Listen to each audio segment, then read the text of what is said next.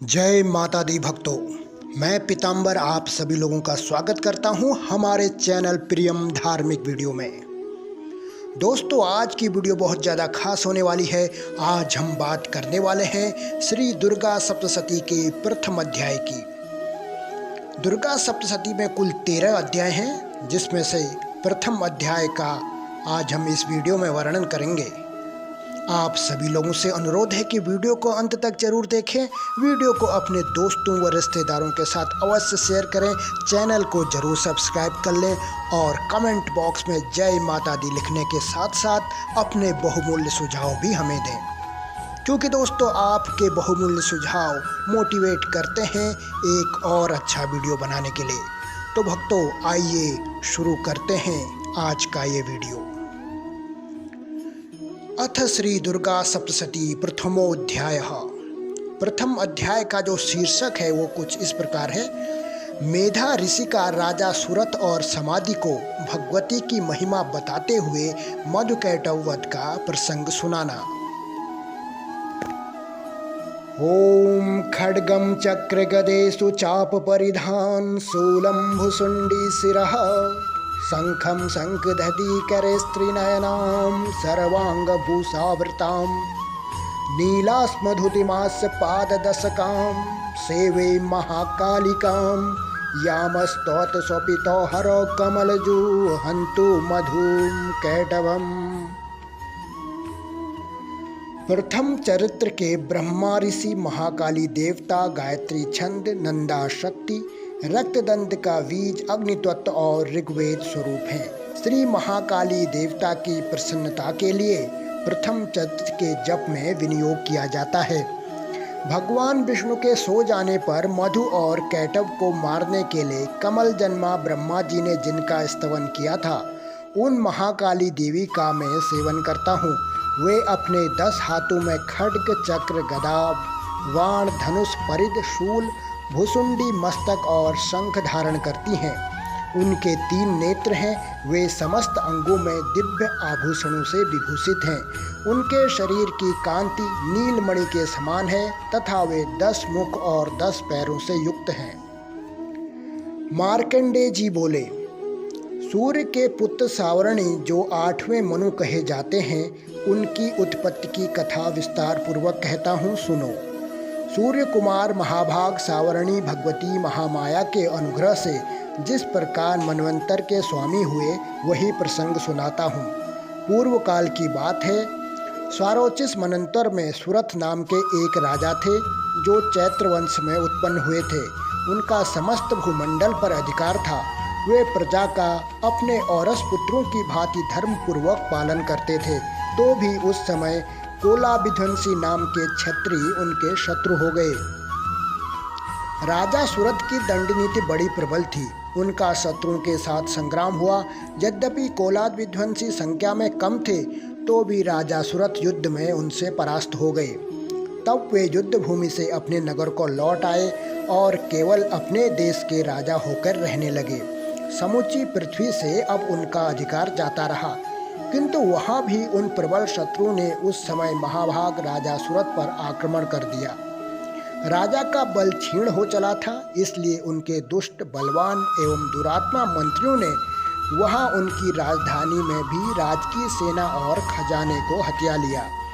सुरथ का प्रभुत्व नष्ट हो चुका था, इसलिए वे शिकार खेलने के बहाने घोड़े पर सवार हो वहाँ से अकेले ही एक घने जंगल में चले गए। वहाँ उन्होंने विप्रवर मेधा मुनि का आश्रम देखा, जहाँ कितने ही हिंसक जीव अपनी स्वाभाविक हिंसा वृत्ति छोड़कर परम शांत भाव से रहते थे। मुनि के बहुत से शिष्य उस वन की शोभा बढ़ा रहे थे। वहाँ जाने पर मुनि ने उनका सत्कार किया और वे उन मुनिश्रेष्ठ के आश्रम पर इधर उधर विरजते हुए कुछ काल तक रहे। फिर ममता से आकृष्ट चित्त होकर वहाँ इस प्रकार चिंता करने लगे, पूर्व काल में मेरे पूर्वजों ने जिसका पालन किया था, वही नगर आज मुझसे रहित है। पता नहीं मेरे दुराचारी भृत्यगण उसकी धर्मपूर्वक रक्षा करते हैं या नहीं। जो सदा मद की वर्षा करने वाला और शूरवीर था, वह मेरा प्रधान हाथी अब शत्रुओं के अधीन होकर न जाने कितने भोगों को भोगता होगा। जो लोग मेरी कृपा, धन और भोजन पाने से सदा मेरे पीछे पीछे चलते थे, वे निश्चय ही अब दूसरे राजाओं का अनुसरण करते होंगे। उन अव्ययी लोगों के द्वारा सदा खर्च होते रहने के कारण अत्यंत कष्ट से जमा किया हुआ मेरा वह खजाना खाली हो जाएगा। ये तथा और भी कई बातें राजा सुरथ निरंतर सोचते रहते थे। एक दिन उन्होंने वहाँ विप्रवर मेधा के आश्रम में निकट एक वैश्य को देखा और उससे पूछा, भाई तुम कौन हो? यहाँ तुम्हारे आने का क्या कारण है? तुम क्यों शोकग्रस्त हो और अनमने से दिखाई देते हो?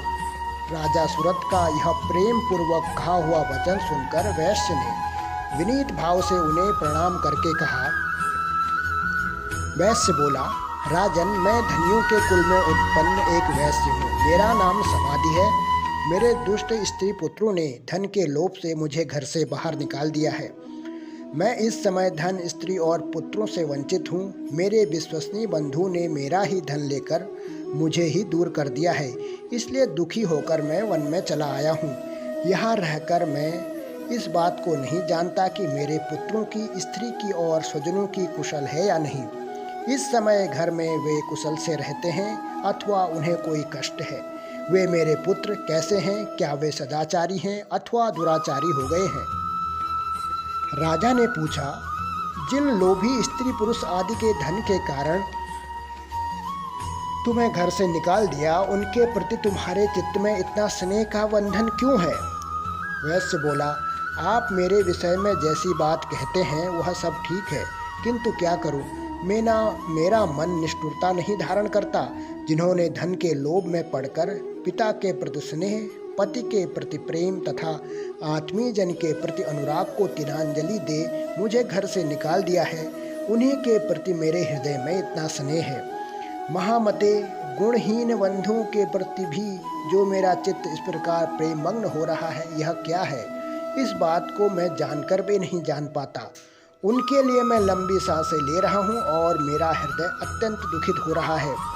उन लोगों में प्रेम का सर्वथा अभाव है, तो भी उनके प्रति जो मेरा मन निष्ठुर नहीं हो पाता, इसके लिए क्या करूं? मार्कंडेय जी कहते हैं, ब्राह्मण तदंतर राजाओं में श्रेष्ठ सुरथ और वह समाधि नामक वैश्य दोनों साथ साथ मेधा मुनि की सेवा में उपस्थित हुए और उनके साथ यथायोग्य न्यायानुकूल विनय पूर्वक बर्ताव करके बैठे। तत्पश्चात वैश्य और राजा ने कुछ वार्तालाप आरंभ किया। राजा ने कहा, भगवान, मैं आपसे एक बात पूछना चाहता हूँ, उसे बताइए। मेरा चित्त अपने अधीन न होने के कारण वह बात मेरे मन को बहुत दुख देती है। जो राज्य मेरे हाथ से चला गया, उसमें और उसके संपूर्ण अंगों में मेरी ममता बनी हुई है।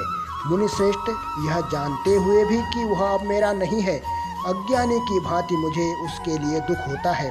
यह क्या है? इधर यह वैश्य भी घर से अपमानित होकर आया है। इसके पुत्र, स्त्री और भृत्यों ने इसे छोड़ दिया है। स्वजनों ने भी इसका परित्याग कर दिया है, तो भी यह उनके प्रति अत्यंत हार्दिक स्नेह रखता है। इस प्रकार यह तथा मैं दोनों ही बहुत दुखी हैं। जिसमें प्रत्यक्ष दोष देखा गया है, उस विषय के लिए भी हमारे मन में ममता जनित आकर्षण पैदा हो रहा है।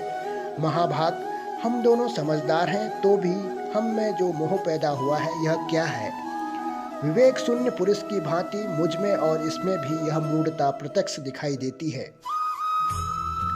ऋषि बोले, महाभाग, विषय मार्ग का ज्ञान सब जीवों को होता है। इसी प्रकार विषय भी सबके लिए अलग अलग हैं। कुछ प्राणी दिन में नहीं देखते और दूसरे रात में नहीं देखते, तथा कुछ जीव ऐसे हैं जो दिन और रात्रि में भी बराबर ही देखते हैं। यह ठीक है कि मनुष्य समझदार होते हैं, किंतु केवल वे ही ऐसे नहीं होते। पशु, पक्षी और मृग आदि सभी प्राणी समझदार होते हैं। मनुष्यों की समझ भी वैसी ही है जैसी उन मृग और पक्षियों की होती है, तथा जैसी मनुष्यों की होती है वैसी ही उन मृग, पक्षी आदि की होती है। यह तथा अन्य बातें भी प्रायः दोनों में समान ही हैं। समक्ष होने पर भी इन पक्षियों को तो देखो, ये स्वयं भूख से पीड़ित हुए हुए भी मोहवश बच्चों की चोंच में कितने चाव से अन्न के दाने डाल रहे हैं। नरश्रेष्ठ, क्या तुम नहीं देखते कि ये मनुष्य समझदार होते हुए भी लोभवश अपने लिए हुए उपकार का बदला पाने के लिए पुत्रों की अभिलाषा करते हैं? यद्यपि उन सब में समझ की कमी नहीं है, तथापि वे संसार की स्थिति, जन्म मरण की परंपरा बनाए रखने वाले भगवती महामाया के प्रभाव द्वारा ममतामय भावर से युक्त मोह के गहरे गर्त में गिराए गए हैं। इसलिए इसमें आश्चर्य नहीं करना चाहिए। जगदीश्वर भगवान विष्णु की योग निद्रा रूपा जो भगवती महामाया है, उन्हीं से यह जगत मोहित हो रहा है। वे भगवती महामाया देवी ज्ञानियों के भी चित्त को बलपूर्वक खींचकर मोह में डाल देती है। वे ही इस संपूर्ण चराचर जगत की सृष्टि करती हैं तथा वे ही प्रसन्न होने पर मनुष्यों को मुक्ति के लिए वरदान देती हैं। वे ही परा विद्या, संसार बंधन और मोक्ष की हेतुभूता सनातनी देवी तथा संपूर्ण ईश्वरों की भी अधीश्वरी है। राजा ने पूछा, भगवान, जिन्हें आप महामाया कहते हैं, वे देवी कौन हैं? ब्राह्मण, उनका आविर्भाव कैसे हुआ तथा उनके चरित्र कौन कौन हैं? ब्रह्मवेत्ताओं में श्रेष्ठ महर्षि, उन देवी का जैसा प्रभाव हो, जैसा स्वरूप हो और जिस प्रकार प्रादुर्भाव हुआ हो, वह सब मैं आपके मुख से सुनना चाहता हूँ। ऋषि बोले, राजन, वास्तव में तो वे देवी नित्य स्वरूपा ही हैं। संपूर्ण जगत उन्हीं का रूप है तथा उन्होंने समस्त विश्व को व्याप्त कर रखा है। तथापि उनका प्राकट्य अनेक प्रकार से होता है, वह मुझसे सुनो। यद्यपि वे नित्य और अजन्मा हैं, तथापि सब देवताओं का कार्य सिद्ध करने के लिए प्रकट होती हैं। उस समय लोक में उत्पन्न हुई कहलाती हैं। कल्प के अंत में जब संपूर्ण जगत एकारण में निमग्न हो रहा था और सबके प्रभु भगवान विष्णु शेषनाग की शैया बिछाकर योग निद्रा का आश्रय ले सो रहे थे, उस समय उनके कानों के मैल से दो भयंकर असुर उत्पन्न हुए जो मधु और कैटव के नाम से विख्यात थे। वे दोनों ब्रह्मा जी का वध करने को तैयार हो गए। भगवान विष्णु के नाभि कमल में विराजमान प्रजापति ब्रह्मा जी ने जब उन दोनों भयानक असुरों को अपने पास आया और भगवान को सोता हुआ देखा, तब एकाग्रचित्त होकर उन्होंने भगवान विष्णु को जगाने के लिए उनके नेत्रों में निवास करने वाली योग निद्रा का स्तवन आरंभ किया, जो इस विश्व की अधीश्वरी, जगत को धारण करने वाली, संसार का पालन और संहार करने वाली तथा तेज स्वरूप भगवान विष्णु की अनुपम शक्ति है। उन्हीं भगवती निद्रा देवी की भगवान ब्रह्मा स्तुति करने लगे। ब्रह्मा जी ने कहा, देवी तुम ही स्वहा, तुम ही स्वधा और तुम ही वसटकार हो। स्वर भी तुम्हारे ही स्वरूप हैं। तुम ही जीवनदायिनी सुधा हो। नित्य अक्षर प्रणव में अकार, उकार, मकार, इन तीन मात्राओं के रूप में तुम ही स्थित हो तथा इन तीन मात्राओं के अतिरिक्त जो बिंदु रूपा नित्य अर्धमात्रा है, जिसका विशेष रूप से उच्चारण नहीं किया जा सकता, वह भी तुम ही हो। देवी तुम ही संध्या, सावित्री तथा परम जननी हो। देवी तुम ही इस विश्व ब्रह्मांड को धारण करती हो। तुमसे ही इस जगत की सृष्टि होती है, तुम्ही से इसका पालन होता है और सदा तुम ही कल्प के अंत में सबको अपना ग्रास बना लेती हो। जगन्मयी देवी, इस जगत की उत्पत्ति के समय तुम सृष्टि रूपा हो, पालन काल में स्थिति रूपा हो तथा कल्पांत के समय संहार रूप धारण करने वाली हो। तुम ही महाविद्या, महामाया, महामेधा, महास्मृति, महामोह रूपा महादेवी और महासुरी हो। तुम ही तीनों लोकों को उत्पन्न करने वाली सबकी प्रकृति हो। भयंकर कालरात्रि, महारात्रि और मोहरात्रि भी तुम ही हो। तुम ही श्री, तुम ही ईश्वरी, तुम ही हीन और तुम ही बोध स्वरूपा बुद्धि हो। लज्जा, पुष्टि, तुष्टि, शांति और क्षमा भी तुम ही हो। तुम खड्ग धारण, शूल धारणी, घोर रूपा तथा गदा, चक्र, शंख और धनुष धारण करने वाली हो। बाण, भुषुंडी और परिध ये भी तुम्हारे अस्त्र हैं। तुम सौम्य और सौम्यतर हो। इतना ही नहीं, जितने भी सौम्य एवं सुंदर पदार्थ हैं, उन सब की अपेक्षा तुम अत्यधिक सुंदरी हो। पर और अपर, सबसे परे रहने वाली परमेश्वरी तुम ही हो। सर्वस्वरूपे देवी, कहीं भी सत असत रूप जो कुछ वस्तुएं हैं और उन सब की जो शक्ति है, वह तुम ही हो। ऐसी अवस्था में तुम्हारी स्तुति क्या हो सकती है?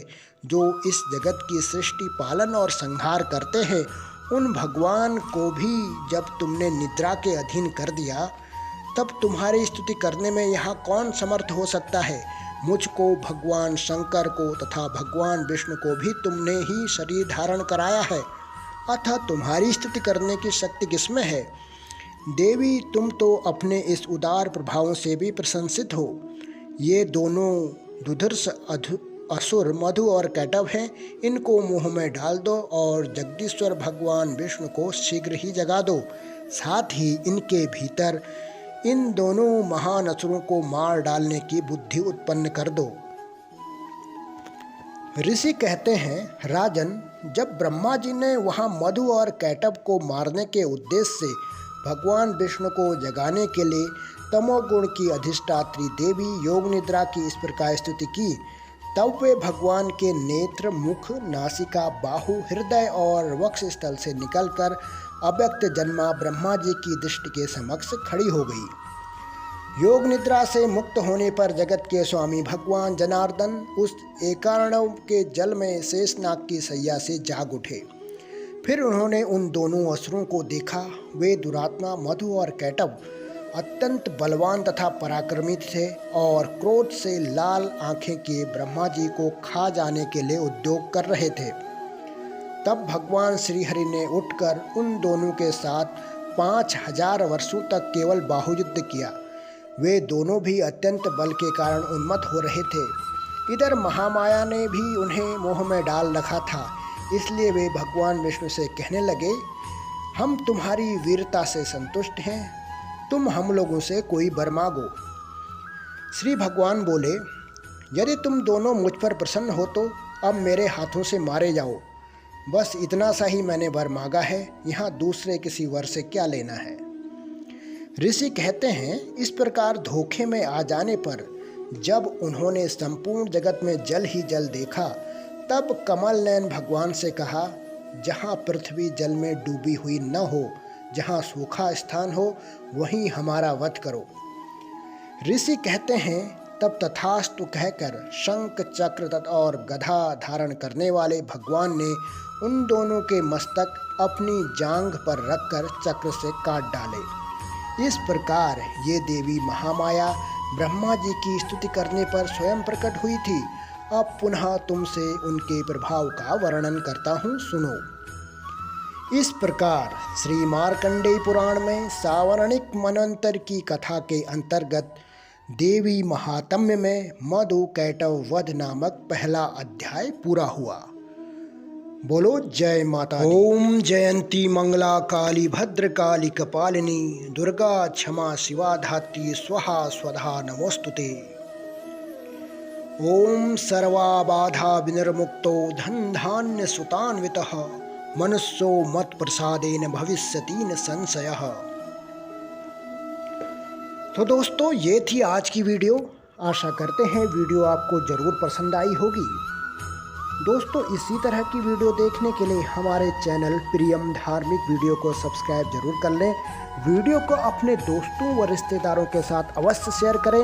नवरात्रि चल रही है, सभी लोगों तक यह वीडियो पहुंचनी चाहिए। आगे हम आपको बताते चलें कि दुर्गा सप्तशती के पूरे 13 अध्याय एक एक करके हम प्रस्तुत करेंगे। आज ये पहला अध्याय था, दूसरा अध्याय जल्द ही आप लोगों के सामने होगा।